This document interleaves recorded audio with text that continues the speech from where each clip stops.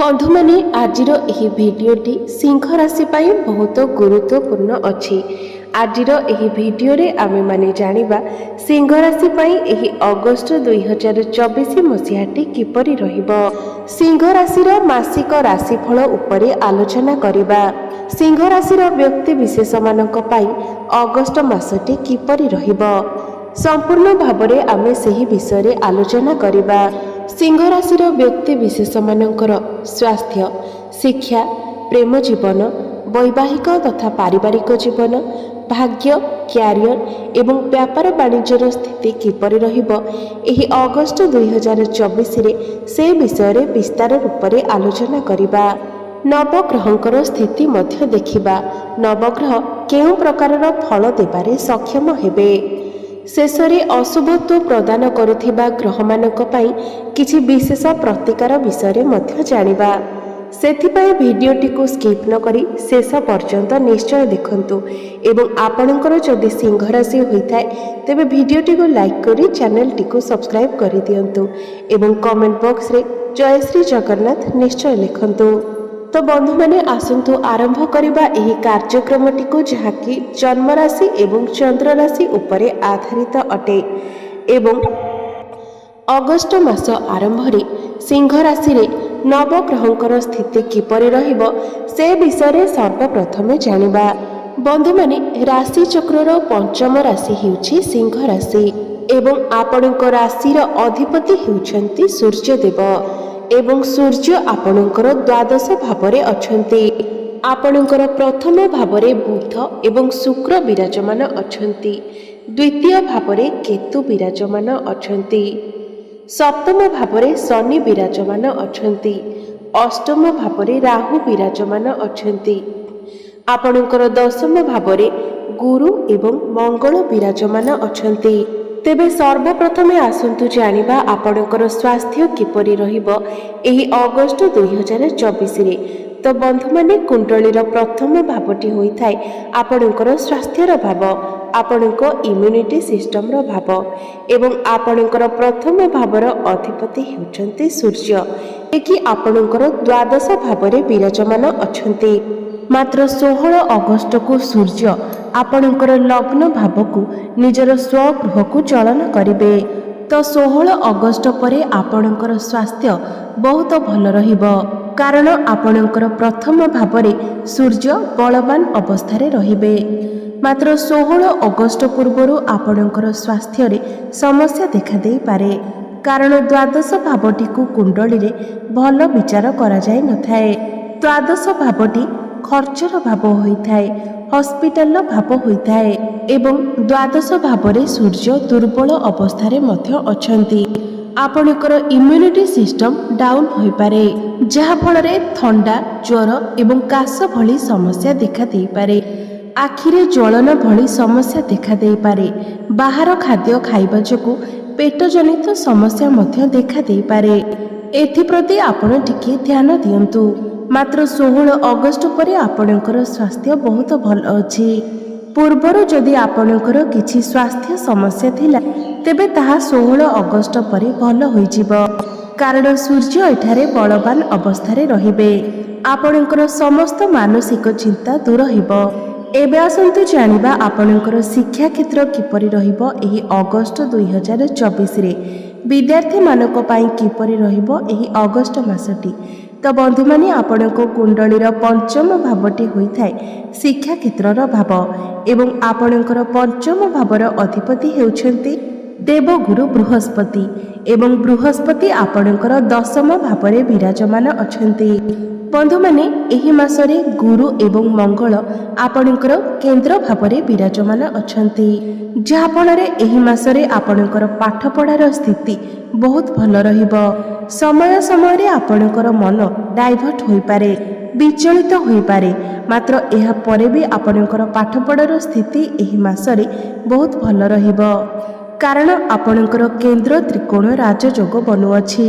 आपण जदि कोनोसी उच्च शिक्षा पाई बाहर को जिबाकू चाहुछंती, कोनोसी एडमिशन नेबा पाई चाहुछंती, फॉर्म फिलअप करिबा पाई चाहुछंती तेबे एही मासटी आपणक पाई सर्वोत्तम रहिबो।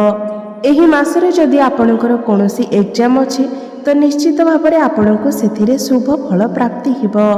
ଏହି ମାସଟିରେ ଆପଣ ନିଜ ପାଠପଢ଼ାରେ କିଛି ପରିବର୍ତ୍ତନ କରିପାରନ୍ତି। ବିଶେଷ କରି 15 ଅଗଷ୍ଟ ପରେ ସରକାରୀ କ୍ଷେତ୍ର ପାଇଁ ବହୁତ ଭଲ ଅଛି। କମ୍ପିଟେଟିଭ୍ ଏକ୍ଜାମ୍ ପାଇଁ ବହୁତ ଭଲ ସମୟ ଅଛି। ତ ସବୁ ଦୃଷ୍ଟିରୁ ଦେଖିବାକୁ ଗଲେ ଏହି ମାସରେ ଆପଣଙ୍କର ଶିକ୍ଷା କ୍ଷେତ୍ର ବହୁତ ଭଲ ଅଛି।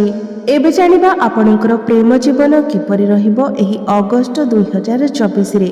ତ ବନ୍ଧୁମାନେ, ପଞ୍ଚମ ଭାବଟି ଶିକ୍ଷାର ଭାବ ହେବା ସହିତ ପଞ୍ଚମ ଭାବଟି ମଧ୍ୟ ହୋଇଥାଏ ପ୍ରେମ ଜୀବନର ଭାବ, ସନ୍ତାନର ଭାବ ଏବଂ ଆପଣଙ୍କର ପଞ୍ଚମ ଭାବର ଅଧିପତି ହେଉଛନ୍ତି ଦେବଗୁରୁ ବୃହସ୍ପତି, ଯିଏକି ଆପଣଙ୍କର ଦଶମ ଭାବରେ ବିରାଜମାନ ଅଛନ୍ତି। ବନ୍ଧୁମାନେ, ଗୁରୁଙ୍କ ସହିତ ମଙ୍ଗଳ ମଧ୍ୟ ଆପଣଙ୍କର ଦଶମ ଭାବରେ ଅର୍ଥାତ୍ କେନ୍ଦ୍ରରେ ବିରାଜମାନ ଅଛନ୍ତି। ମାତ୍ର ସୂର୍ଯ୍ୟ ଆପଣଙ୍କର ଦ୍ୱାଦଶ ଭାବରେ ଅଛନ୍ତି ଏବଂ 16 ଅଗଷ୍ଟକୁ ସୂର୍ଯ୍ୟ ଆପଣଙ୍କର ଲଗ୍ନ ଭାବ ଅର୍ଥାତ୍ ପ୍ରଥମ ଭାବକୁ ଚଳନ କରିବେ। ମାସର ଆରମ୍ଭରୁ ଆପଣଙ୍କର ପ୍ରେମ ଜୀବନରେ ଟିକେ ସମସ୍ୟା ଦେଖାଦେଇପାରେ। ଆପଣ ଦୁଇ ଜଣଙ୍କ ମଧ୍ୟରେ ମନମନାନ୍ତର ଏବଂ କଳିଝଗଡ଼ା ଭଳି ସମସ୍ୟା ଦେଖାଦେଇପାରେ। ପୁରୁଣା କଥାକୁ ନେଇକି ଆପଣଙ୍କ ମଧ୍ୟରେ କଳିଝଗଡ଼ା ହୋଇପାରେ। ଆପଣଙ୍କୁ ଆପଣଙ୍କର ପାର୍ଟନର କିଛି ଏମିତି କଥା କହିପାରନ୍ତି ଯାହା ଆପଣ ଆଶା ମଧ୍ୟ କରିନଥିବେ। ମାତ୍ର 16 ଅଗଷ୍ଟ ପରେ ଆପଣଙ୍କର ପ୍ରେମ ଜୀବନ ବହୁତ ଭଲ ରହିବ, କାରଣ ସୂର୍ଯ୍ୟ ଆପଣଙ୍କର କେନ୍ଦ୍ରକୁ ଆସିଯିବେ। ଗୁରୁ ଏବଂ ମଙ୍ଗଳ ମଧ୍ୟ ଆପଣଙ୍କର କେନ୍ଦ୍ରରେ ଅଛନ୍ତି, ଯାହାଫଳରେ 16 ଅଗଷ୍ଟ ପରେ ଆପଣଙ୍କର ପ୍ରେମ ଜୀବନ ବହୁତ ଭଲ ରହିବ। ଆପଣ ଦୁଇ ଜଣଙ୍କ ମଧ୍ୟରେ ଅଣ୍ଡରଷ୍ଟାଣ୍ଡିଂ ଭଲ ରହିବ। ଆପଣଙ୍କ ଦୁଇ ଜଣଙ୍କ ମଧ୍ୟରେ ଭଲ ପାଇବା ବୃଦ୍ଧି ହେବ। ମାତ୍ର ଆପଣଙ୍କ ମଧ୍ୟରେ ଟିକେ କ୍ରୋଧ ଦେଖାଦେଇପାରେ। ଏଥିପ୍ରତି ଆପଣ ଟିକେ ଧ୍ୟାନ ଦିଅନ୍ତୁ, ନଚେତ୍ ଆପଣଙ୍କର ପ୍ରେମ ଜୀବନ ଏହି ଅଗଷ୍ଟ ମାସରେ ବହୁତ ଭଲ ରହିଛି। ଏବେ ଜାଣିବା ଆପଣଙ୍କର ବୈବାହିକ ଜୀବନ କିପରି ରହିବ ଏହି ଅଗଷ୍ଟ 2024ରେ। ବନ୍ଧୁମାନେ, କୁଣ୍ଡଳୀର ସପ୍ତମ ଭାବଟି ହୋଇଥାଏ ଆପଣଙ୍କର ବୈବାହିକ ଜୀବନର ଭାବ, ଆପଣଙ୍କ ଜୀବନ ସାଥୀର ଭାବ। ଆପଣଙ୍କର ସପ୍ତମ ଭାବର ଅଧିପତି ହେଉଛନ୍ତି ଶନିଦେବ ଏବଂ ଶନିଦେବ ନିଜର ସ୍ୱଗୃହ ଅର୍ଥାତ୍ ଆପଣଙ୍କର ସପ୍ତମ ଭାବରେ ହିଁ ବିରାଜମାନ ଅଛନ୍ତି ଏବଂ ରୁଚକ ନାମକ ରାଜଯୋଗର ନିର୍ମାଣ କରୁଛନ୍ତି। ତେବେ ବନ୍ଧୁମାନେ, ଆପଣମାନେ ଜାଣିଲେ ଖୁସି ହେବେ ଯେ ଏହି ଅଗଷ୍ଟ ମାସ ଆରମ୍ଭରୁ ହିଁ ଆପଣଙ୍କର ଲାଇଫ୍ ପାର୍ଟନରଙ୍କର କ୍ୟାରିୟରରେ ଗ୍ରୋଥ୍ ଆସିବ। ତାଙ୍କୁ ସମସ୍ତ କ୍ଷେତ୍ରରେ ସଫଳତା ପ୍ରାପ୍ତି ହେବ, କାରଣ ଶନି ଏଠାରେ ଆପଣଙ୍କର ସପ୍ତମ ଭାବରେ ଅଛନ୍ତି। ଆପଣଙ୍କର ଲାଇଫ୍ ପାର୍ଟନରକୁ ସେ ମଲ୍ଟି ଟ୍ୟାଲେଣ୍ଟେଡ୍ ବନାଉଛନ୍ତି, ମାତ୍ର ସେ ତାଙ୍କୁ ଅଧିକ ପରିଶ୍ରମ ମଧ୍ୟ କରାଇବେ। ମାତ୍ର ପରିଶ୍ରମର ଫଳ ମଧ୍ୟ ତାଙ୍କୁ ନିଶ୍ଚିତ ଭାବରେ ପ୍ରାପ୍ତି ହେବ। ଆପଣଙ୍କର ଡେଲି ଇନକମ୍ରେ ମଧ୍ୟ ବୃଦ୍ଧି ଆସିବ। ଆପଣଙ୍କର ଫାଇନାନ୍ସିଆଲ ଗ୍ରୋଥ୍ ହେବ। 16 ଅଗଷ୍ଟ ପରେ ସୂର୍ଯ୍ୟ ଆପଣଙ୍କର ପ୍ରଥମ ଭାବକୁ ଆସିବେ, ଯାହାଫଳରେ ଆପଣଙ୍କ ମଧ୍ୟରେ ଟିକେ କ୍ରୋଧ ଦେଖାଦେଇପାରେ ଏବଂ ଶନି ଆପଣଙ୍କର ସପ୍ତମ ଭାବରେ ଥିବାରୁ ଆପଣଙ୍କର ଲାଇଫ୍ ପାର୍ଟନରଙ୍କର ମଧ୍ୟରେ ଟିକେ ଜିଦ୍ଦି ଦେଖାଦେଇପାରେ। ଏଥିପାଇଁ ଆପଣଙ୍କର ବୈବାହିକ ଜୀବନରେ ଟିକେ ସମସ୍ୟା ଦେଖାଦେଇପାରେ, ନଚେତ୍ ଆପଣଙ୍କର ବୈବାହିକ ଜୀବନ ଏହି ମାସରେ 80% ଭଲ ରହିବ। ଆପଣ ଦୁଇ ଜଣଙ୍କ ମଧ୍ୟରେ ମଧୁର ସମ୍ପର୍କ ସ୍ଥାପନ ହେବ। ବୈବାହିକ ଜୀବନରେ ଯାହା ବି କିଛି ସମସ୍ୟା ଅଛି ତାହା ଧୀରେ ଧୀରେ ଦୂର ହୋଇଯିବ।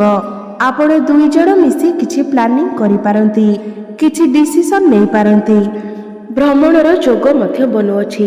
ଏବେ ଜାଣିବା ସବୁଠାରୁ ଗୁରୁତ୍ୱପୂର୍ଣ୍ଣ ବିଷୟବସ୍ତୁ ଆପଣଙ୍କର ଭାଗ୍ୟ, କ୍ୟାରିୟର ଏବଂ ବ୍ୟାପାର ବାଣିଜ୍ୟର ସ୍ଥିତି କିପରି ରହିବ ଏହି ଅଗଷ୍ଟ 2024ରେ।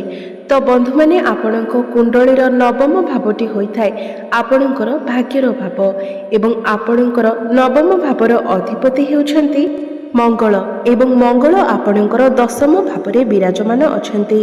ତ ବନ୍ଧୁମାନେ, ଏହି ମାସରେ ଆପଣଙ୍କର ଭାଗ୍ୟସ୍ଥାନର ମାଲିକ ମଙ୍ଗଳଙ୍କର ସ୍ଥିତି ବହୁତ ଭଲ ଅଛି। ମଙ୍ଗଳ ଆପଣଙ୍କର ଦଶମ ଭାବରେ ବସି ଆପଣଙ୍କର ଚତୁର୍ଥ ଭାବକୁ ଦେଖୁଛନ୍ତି। ତ ଭାଗ୍ୟ ବଳରେ ଆପଣ ଏହି ମାସରେ କୌଣସି ପ୍ରପର୍ଟି ଇତ୍ୟାଦି କିଣିପାରନ୍ତି କିମ୍ବା ଯାନବାହନ ଇତ୍ୟାଦି କିଣିବା ପାଇଁ ମଧ୍ୟ ମନ ବଳାଇ ପାରନ୍ତି। ଏହି ମାସରେ ଆପଣ କିଛି ବଡ଼ କରିବାକୁ ଇଚ୍ଛା କରିପାରନ୍ତି। ଏହି ମାସଟିରେ ଆପଣଙ୍କର ଭାଗ୍ୟ ସର୍ବୋତ୍ତମ ରହିବ। ଏହି ମାସରେ ଯଦି ଆପଣ କୌଣସି ବଡ଼ ଇନଭେଷ୍ଟମେଣ୍ଟ କରିବା ପାଇଁ ଚାହୁଁଛନ୍ତି କିମ୍ବା କୌଣସି ବଡ଼ କାର୍ଯ୍ୟର ଆରମ୍ଭ କରିବା ପାଇଁ ଚାହୁଁଛନ୍ତି, ତେବେ ଆପଣ ନିଶ୍ଚୟ ତାହା କରନ୍ତୁ। ଆପଣଙ୍କୁ ଶୁଭ ଫଳ ପ୍ରାପ୍ତି ହେବ। ଚାରିଦିଗରୁ ଆପଣଙ୍କୁ ଧନ ପ୍ରାପ୍ତି ହେବ। 26 ଅଗଷ୍ଟ ପରେ ମଙ୍ଗଳ ଯେତେବେଳେ ଆପଣଙ୍କର ଏକାଦଶ ଭାବକୁ ଯିବେ, ସେତେବେଳେ ଆପଣଙ୍କର ସମସ୍ତ ଇଚ୍ଛା ପୂର୍ଣ୍ଣ ହେବ। ଆପଣଙ୍କର ରୋଜଗାରରେ ବୃଦ୍ଧି ଆସିବ। ଆର୍ଥିକ ଲାଭ ହେବ। ସେୟାର ମାର୍କେଟ, ଷ୍ଟକ୍ ମାର୍କେଟ ଏବଂ ଟ୍ରେଡିଂରେ କାର୍ଯ୍ୟ କରୁଥିବା ବ୍ୟକ୍ତିମାନଙ୍କ ପାଇଁ ଏହି ସମୟ ବହୁତ ଶୁଭ ଅଟେ।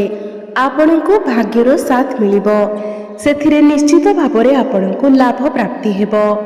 ଏବେ ଆସନ୍ତୁ ଜାଣିବା ଆପଣଙ୍କର କ୍ୟାରିୟର କିପରି ରହିବ ଏହି ଅଗଷ୍ଟ 2024ରେ। ତ ବନ୍ଧୁମାନେ, କୁଣ୍ଡଳୀର ଦଶମ ଭାବଟି ହୋଇଥାଏ ଆପଣଙ୍କର କ୍ୟାରିୟର ଭାବ ଏବଂ ଦଶମ ଭାବର ଅଧିପତି ହେଉଛନ୍ତି ଶୁକ୍ର ଏବଂ ଶୁକ୍ର ଆପଣଙ୍କର ପ୍ରଥମ ଭାବରେ ବିରାଜମାନ ଅଛନ୍ତି। ତ ବନ୍ଧୁମାନେ, ଏହି ମାସରେ ଆପଣଙ୍କର କ୍ୟାରିୟର ବହୁତ ଭଲ ଅଛି, କାରଣ ଦଶମ ଭାବର ଅଧିପତି ଆପଣଙ୍କର ପ୍ରଥମ ଭାବରେ ଅଛନ୍ତି। ଆପଣଙ୍କ ପାଖକୁ ନୂଆ ନୂଆ କାମ ଆସିପାରେ ଏବଂ ଆପଣ ସେଥିରେ ବହୁତ ଅଧିକ ସଫଳତା ମଧ୍ୟ ଲାଭ କରିବେ ଏବଂ ପ୍ରତ୍ୟେକ କାର୍ଯ୍ୟକୁ ଆପଣ ବହୁତ ଭଲ ଭାବରେ ମଧ୍ୟ କରିପାରିବେ। ତ ମାସର ଆରମ୍ଭରୁ ଆପଣଙ୍କ ଉପରେ ଟିକେ କାର୍ଯ୍ୟଭାର ରହିପାରେ, କାରଣ ସୂର୍ଯ୍ୟ ଆପଣଙ୍କର ଦ୍ୱାଦଶ ଘରେ ଅଛନ୍ତି। ଆପଣଙ୍କର ମନ କାମ କାର୍ଯ୍ୟରେ ଲାଗି ନପାରେ, ମାତ୍ର ମାସର ଦ୍ୱିତୀୟାର୍ଦ୍ଧ ଆଡ଼କୁ ଆପଣଙ୍କର କାମ କାର୍ଯ୍ୟରେ ବହୁତ ଅଧିକ ଉନ୍ନତି ଆସିବ। ଗୁରୁ ଆପଣଙ୍କର ଦଶମ ଭାବରେ ଅଛନ୍ତି।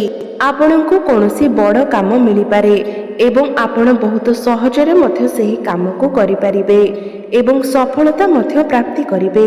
ଯେହେତୁ ଗୁରୁ ଆପଣଙ୍କର ଦଶମ ଭାବରେ ଅଛନ୍ତି ଏବଂ ମଙ୍ଗଳ ମଧ୍ୟ ଆପଣଙ୍କର ଦଶମ ଭାବରେ ଅଛନ୍ତି, ତ ଯେଉଁମାନଙ୍କ ପାଖରେ କୌଣସି ଚାକିରି ନାହିଁ ସେମାନଙ୍କୁ ନୂତନ ଚାକିରି ପ୍ରାପ୍ତି ହୋଇପାରେ।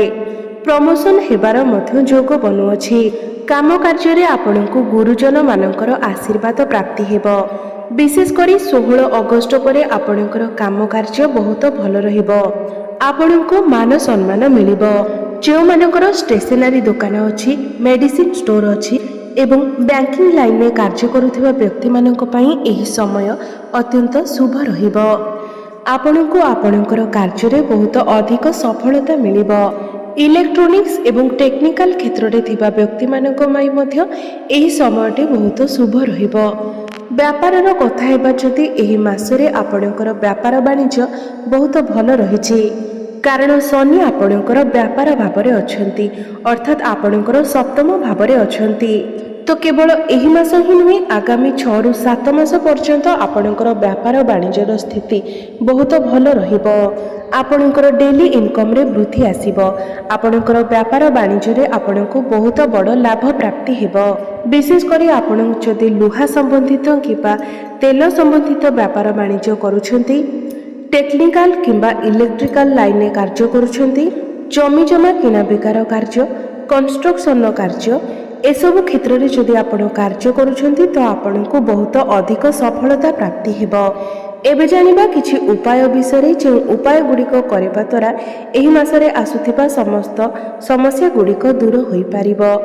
ତ ସର୍ବପ୍ରଥମେ ଆପଣ ପ୍ରତ୍ୟେକ ଦିନ ସୂର୍ଯ୍ୟଙ୍କୁ ଜଳାର୍ଘ୍ୟ ଅର୍ପଣ କରନ୍ତୁ ଏବଂ ସୂର୍ଯ୍ୟଙ୍କର ବୀଜ ମନ୍ତ୍ରର ଜପ ଆପଣ ପ୍ରତ୍ୟେକ ଦିନ 108 ଥର ଜପ କରନ୍ତୁ। ଓମ୍ ହ୍ରାଂ ହ୍ରିଂ ହ୍ରୌଂ ସଃ ସୂର୍ଯ୍ୟାୟ ନମଃ। ଏହି ମନ୍ତ୍ରକୁ ଆପଣ ପ୍ରତ୍ୟେକ ଦିନ 108 ଥର ଜପ କରନ୍ତୁ ଏବଂ ଆପଣ ପ୍ରତ୍ୟେକ ଦିନ ହନୁମାନ ଚାଳିଶାର ପାଠ ମଧ୍ୟ କରନ୍ତୁ। ଆପଣଙ୍କୁ ଶୁଭତ୍ୱ ପ୍ରାପ୍ତି ହେବ। ଭାଗ୍ୟରେ ପରିବର୍ତ୍ତନ ଆସିବ। ଆପଣଙ୍କର ଜୀବନ ମଙ୍ଗଳମୟ ହେଉ, ଏହା ହିଁ ଈଶ୍ୱରଙ୍କ ନିକଟରେ ମୋର ପ୍ରାର୍ଥନା। ଧନ୍ୟବାଦ।